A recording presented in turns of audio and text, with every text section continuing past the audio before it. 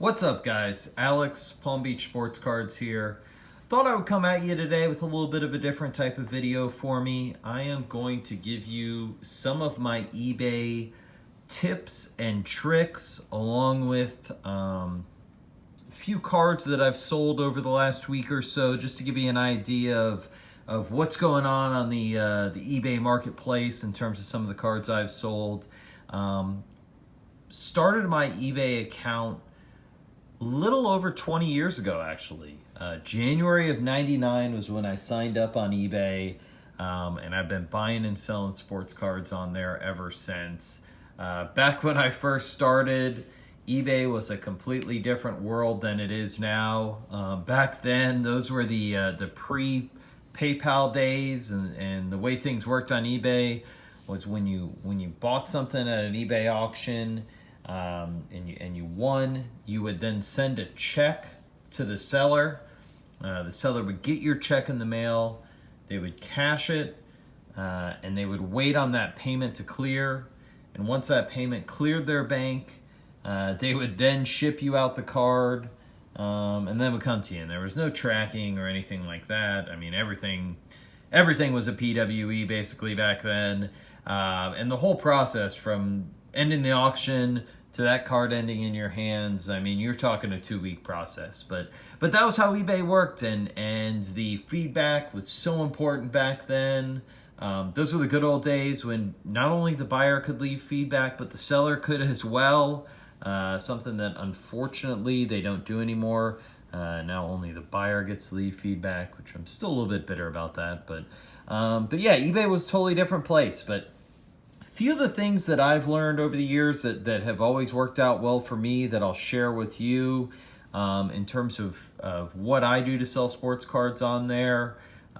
Everything that I sell, for the most part, I sell via auction format. If you've got something that's super high end, or especially if you have something that's more obscure, definitely makes more sense to do a flat listing price as opposed to an auction. Do more of a buy it now type listing. But I prefer to do the auctions, usually a week-long auction. Sometimes I'll do the 10 days, just depending on when I put it up. But one of my big tips that I do, I start every card that I auction off, whether it's something that I think is going to sell for $10 or whether it's a Mike Trout rookie card, I start it at 1 cent. Start it at a penny. And one of the reasons that I do that is so that I get as many watchers as possible. Always key, the more eyeballs that you have on your auction, the better. And the cheaper your card is, the more people are going to click that little heart button and follow and watch your auction, which is always good. The more people that watch it, the more bids you're going to get at the end, the better chance it has of getting into a bidding war. So I always love to start everything at a penny. I feel like it makes my card stand out a little bit. And, you know, I'm never scared. I mean, if something sells at a penny, it's probably not worth a whole lot more than that. So, and I try to always list things that based on looking at the comps, that I think will sell for at least $10. That's just kind of my barometer on eBay. If I don't think it's going to sell for $10, I usually will go somewhere else with it, whether that be ComC or somewhere else to sell it. Another thing that I do, I have all of my auctions, I always have, end on Sunday night. Long time ago was kind of where I got onto that. I remember reading somewhere that is their highest time of traffic of the week is Sunday nights. And it just kind of makes sense that most people, Sunday night, you don't have a whole heck of a lot else going on. So it's a great night to have your auctions ending. And typically what I'll do is I'll have my cards that feature East Coast teams, I'll have them end first. So if I'm listing 10 or 15 different cards, I'll have my first auction end somewhere around 6:30, 7 o'clock Eastern time, and say I'm listing baseball. So I would have, the Braves, I'd have those cards end in around 7 o'clock, and I'd work my way out through the time zones to where by the time my 10 o'clock auctions are going off, that's going to be like my Dodgers cards or my Mariners cards or that kind of thing. So that's kind of how I try to stagger things time-wise, have them end on a Sunday night when I know I've got a lot of eyeballs on there. I offer reasonable shipping. I charge $3.50, and that's to send things, tracking in a bubble envelope. Pride myself on the way I ship my cards. I'm an investor myself, or collector myself, and so I send things out the way that I would want them sent to me. So every card that I send out, I use painter's tape on the top, and then put it in a team bag, drop that into a bubble mailer. Well, first, cardboard on either side, make a little sandwich out of it, a little painter's tape to keep that all together, and drop it into a bubble envelope. So I've never gotten a complaint about how I ship cards, and it doesn't matter to me whether it's a card I sell for $200 or $2. Ship them all that exact same way. Brand new top loader, brand new penny sleeve. I don't want to send somebody a card that I wouldn't love to have it arrive to me. And so don't ever want to send somebody a card in a top loader that looks like it's, yellow or that's got a million scratches on it. I mean, that's just, not how I like to do business. So another thing I recommend, one other thing that I think is key, and this is something I don't know if a lot of people do. Every one of my listings, I allow international buyers. And I was just looking the other day, lifetime, about 20 to 25% of my sales have gone to international buyers, dollar-wise, all time. And I think that's a big plus. I think there's less people that are willing to ship to international buyers. So I think that they'll pay more because of that, because they just don't have as many options to pick from. And with my regular domestic buyers, I offer everybody flat $3.50 shipping, whether you buy one card or 50 cards. For international, I let eBay calculate the price and work it that way. And the combined shipping, I don't know if I mentioned that already. Whether you win one of my auctions or 20 of my auctions, it's that same $3.50. So, and I promote that across all my auctions. Recommend people to check out my other auctions. Do a nice detailed description.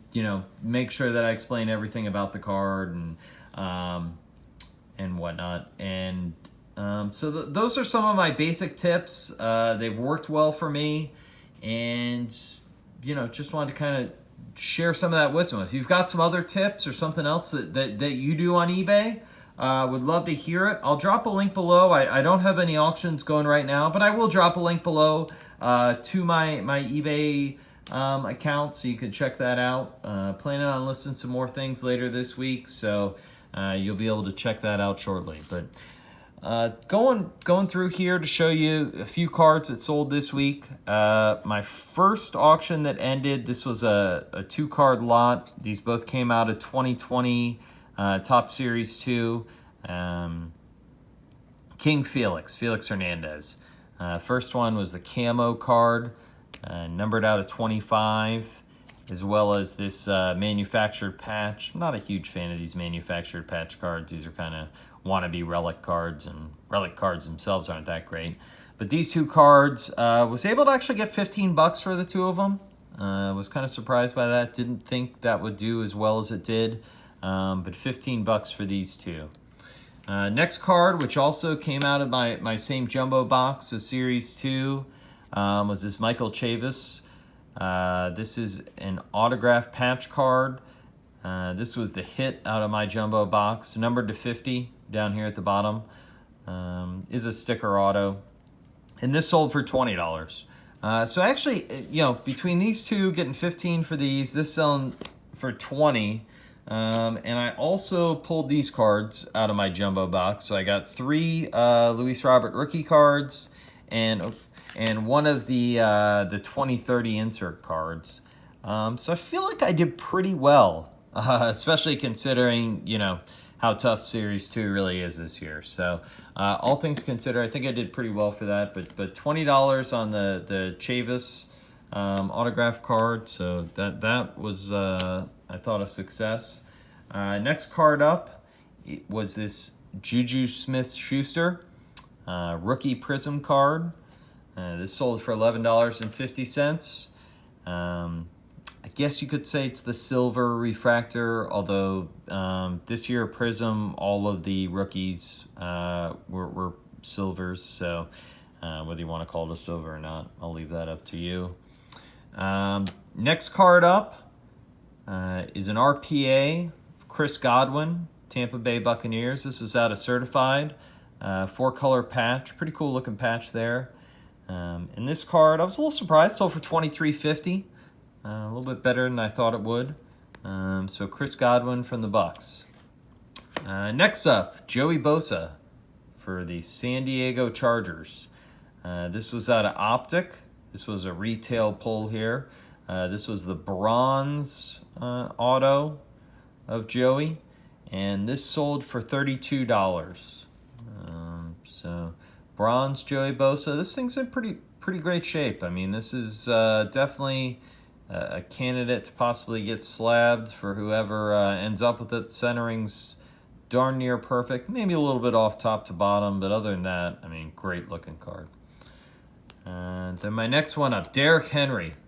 And this one, I probably timed it pretty well in terms of when I listed it, him just signing that new deal.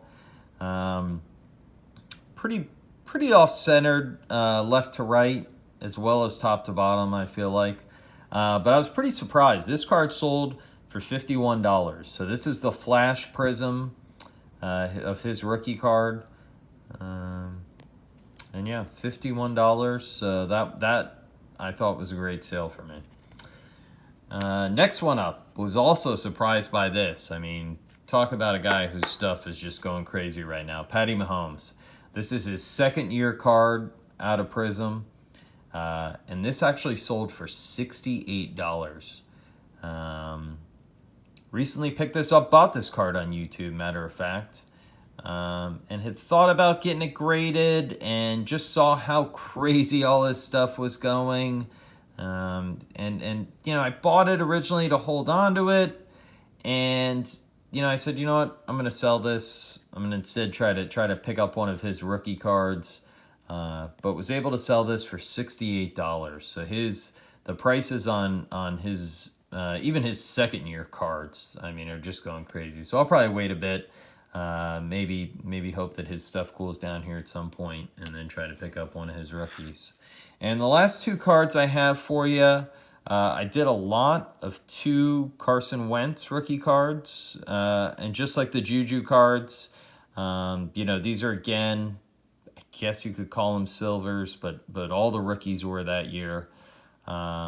And Carson Wentz, I mean, his stuff has gone, I don't know why that looks like a smudge. That's not, it must be something on the penny sleeve. I'll to take care of that before I send it off. But his stuff has gone absolutely bonkers.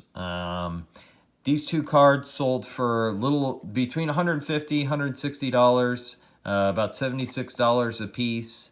And to me, that's just crazy. I mean, if you are holding Carson Wentz, now is the time to sell. I do think he's a great quarterback. I just don't think he's proven himself enough to this point. He's been too hurt to be selling for those kind of prices. When you compare him to some guys who have put up numbers for a lot more years than he has, being a Lions fan, I'm just saying Matt Stafford at the back of my breath. But you know, I feel like now is the time to sell on Carson Wentz. So these 2 cards sold for a little over $152. So those are my sales for this week. Those are a few of my tips for selling sports cards on eBay. Would be happy to hear about some of your sales and about if you have any tips. Maybe you have a different day of the week that you think makes more sense, or maybe you think selling at a penny is a dumb idea. Let me know. Comment down below. And be sure to like this video and subscribe so you can catch some more of my videos in the future. Thanks, guys.